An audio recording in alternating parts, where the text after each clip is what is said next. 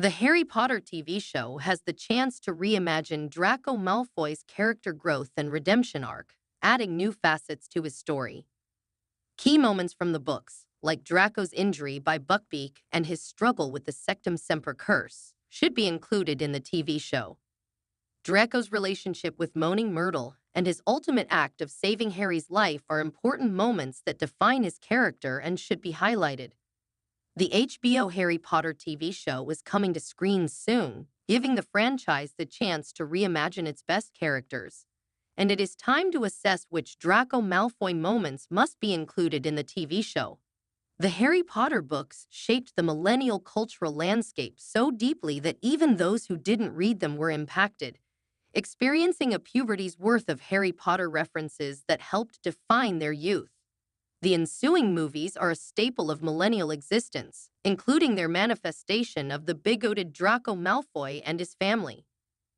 Far from having to fix problems with what exists, the TV show can breathe new life into what is wonderful about Draco and other characters. Tom Felton's Draco Malfoy should be referenced and celebrated in the Harry Potter TV show, allowing for a respectful addition to the franchise. This new Malfoy has the opportunity to crystallize the cruelty of the character in the first half of the book series, and subsequently, the incredible and painful 180 that Draco went through to emerge deeply changed by the end of the books. Draco and Harry's first meeting. When Draco Malfoy and Harry Potter first met in J.K. Rowling's unparalleled book series, it was in Madame Malkin's robe store in the first book in the series, 1997's Harry Potter and the Sorcerer's Stone.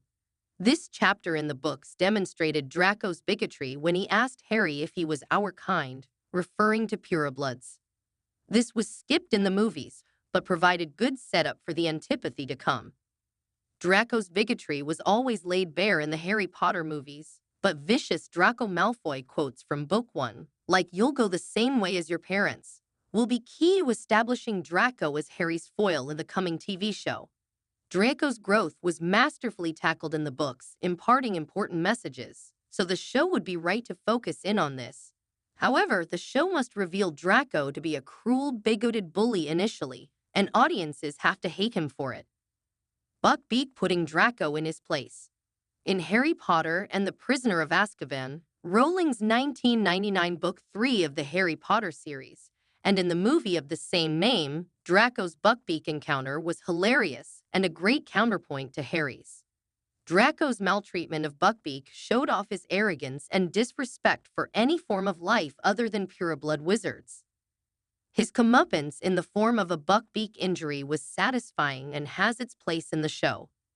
Draco's injury was, of course, a catalyst for the whole plot of Prisoner of Azkaban, so the show must include this pivotal moment. Without much doubt that it will be included, all that is left to say is that the show should make this moment funny, but could also make it heavy. The camera could push in on Buckbeak's face after he injures Draco, with the soundtrack dropping off, foreshadowing Buckbeak's fate and making it clear how vulnerable Draco renders innocent life. Foreshadowing the Draco-Hermione moment from Cursed Child. One Draco-Hermione moment from Harry Potter, and the Cursed Child beats every Draco-Hermione fanfiction in existence, and the TV show would be right to foreshadow it.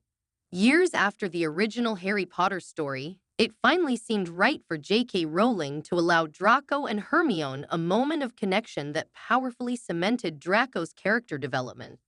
Draco went from a racist young bully to, in his adulthood, being bossed around by Hermione Granger, and mildly enjoying it. This was funny, but also a hugely cathartic moment for a character whose redemption had been ambiguous for so long. Here, finally, Draco was admitting respect, albeit of a somewhat carnal nature, for Hermione and everything she represented. He did this without any macho posturing or self-preserving, but with humor and flirtation. Draco Malfoy had finally mellowed, landing in the morally upright place he was heading to and finding peace, after nearly 20 years of uncertainty. It wouldn't be untoward for the TV show to build to this moment and dramatize Draco's conflict by dropping hints of a crush on Hermione, despite bullying her. Harry using the Sectum Sempra curse. A hugely important moment in both the books and movies that the Harry Potter TV show must include is Harry's use of the Sectum Sempra curse on Draco. For starters, because this moment is part of a great duel, and great duels should feature heavily in the show. Secondly, because the show really needs to offer more closure on Snape's tragic death, showing moments of his backstory, like his knowledge and creation of this curse. Mostly, the show should feature this unforgettable Harry-Draco showdown because it is probably one of Harry Potter's most epic moments. The Sectum Sempra curse showed the story's capacity for adult darkness and a YA audience in what had begun as a children's story. The show will inevitably lean into the show's YA and adult audience, given the prevalence of this age group in the fandom. Draco's friendship with Moaning Myrtle. Draco Malfoy's unlikely friendship with the ghost Moaning Myrtle was alluded to in the books and not explored in the movies. This is one part of the franchise where the TV show could set itself apart and faithfully depict the source material, but creatively. It could show, in detail, and from Draco or Myrtle's perspective, what the book's dialogue only referred to. Shirley Henderson's Myrtle was a resident of the girls' bathroom on the second floor, where Draco found himself going to cry in private during Harry Potter and the Half-Blood Prince. This led the two to talk and develop a friendship in the book. "But I thought he liked me," she said plaintively. "Maybe if you two left, he'd come back again. We had lots in common. I'm sure he felt it." And she looked hopefully toward the door. "When you say you had lots in common," said Ron, sounding rather amused now, "do you mean he lives in an S-Bend too?" "No," said Myrtle defiantly, her voice echoing loudly around the old tiled bathroom. "I mean, he's sensitive, people bully him too, and he feels lonely and hasn't got anybody to talk to, and he's not afraid to show his feelings and cry." Moaning Myrtle was Voldemort's first victim, unless you count the animals he tortured as a child. Considering that Draco was a Death Eater employed by Voldemort as an assassin, their improbable friendship was a huge indicator of where Draco's heart really lay at the time, miles away from Voldemort. More than just foreshadowing Draco's redemptive acts, Draco's vulnerability in any relationship at this point was redemptive in and of itself, considering his bravado. This moment offers the show pathos and could easily constitute a peak point in an episode. Malfoy demonstrating his character growth. The Harry Potter movies portrayed Draco's growth beautifully but had to condense a lot of subject matter, and the TV show could add in facets of Draco's character development that the movies couldn't. There is a deleted scene for Harry Potter and the Deathly Hallows, Part 2, that shows Draco throwing Harry his wand to assist in his fight against Voldemort. This heroic act wasn't in the books, which may have been why it was cut in the end, but it shows how the movies were tussling with how to fit in Draco's character development. Although this scene wasn't canonical, there were numerous points in the books where Draco proved his complexity. The Harry Potter TV show can adapt these points. For instance, "Are you sure you can handle that broom?" is excellent banter from Draco directed at Harry, exemplifying that the Slytherin was capable of light-hearted jibes, as well as darkly problematic ones. Draco grew into someone motivated by fear instead of arrogance, and the cold reality of growing up started to humble him. And this is what the TV show should depict. Dumbledore proving Draco's good side. Instructed by Voldemort to kill Albus Dumbledore, which was secretly to punish Draco's father, Draco made an attempt on Dumbledore's life, only to be proven incapable. While Draco Malfoy's inability to kill Albus was out of cowardice, it was also out of a newfound respect for human life. Draco hadn't realized the value of life until his own and his family's were to be taken if he did not take Dumbledore's. When Draco was confronted with taking Dumbledore's life, the penny of his hypocrisy dropped, and he faltered, evidently reluctant to harm Dumbledore. This moment proved the inherent dysfunctionality of the Dark Lord's system. Dumbledore was right when he said that Draco wasn't an assassin, even though Draco didn't explicitly defy Voldemort like Harry and his friends. Detention in the Forbidden Forest. Harry Potter and Draco Malfoy's shared detention in the Forbidden Forest was a critical point in the Sorcerer's Stone, and the TV show will have to go there.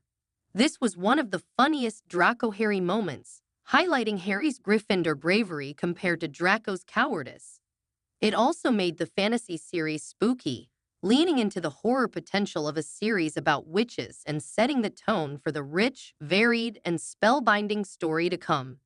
Draco's banter with Harry in this scene typified what was amazing in the series about the relationship between the two.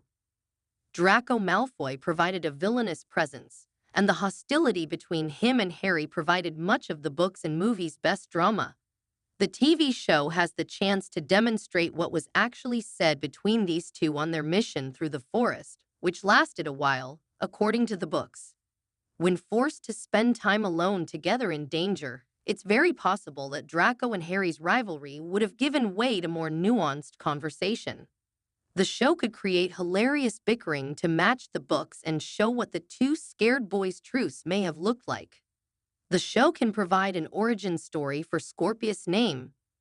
Draco Malfoy's son with Astoria Greengrass was called Scorpius, and the Harry Potter TV show could explore why. Scorpius was a character that the books and movies showed boarding the train to Hogwarts at the very end. The Malfoys all had clever, symbolic names that linked them to mythical evil or spoke volumes about their character, and Scorpius was no exception, recalling the deadly sting of a scorpion. This reflected Draco's aggression, but attempting murder was traumatic for Draco, so the show could invent a namesake for Scorpius that explains this name choice further. The show will also have to communicate Draco's growth, which the movies wrestled with. Near the show's end, giving Scorpius a sympathetic namesake could hammer home Draco's newly complex worldview. This fleeting scene of seconds or minutes could heroize Draco in a heartbeat, offering a teaser of the redemption that didn't come full circle until Harry Potter and the Cursed Child. This is valid, as Draco eventually made some incredibly brave choices. But of course, the show must balance this to ensure that Draco comes across as a horrible bigot first and a damaged victim second. Draco saving Harry's life.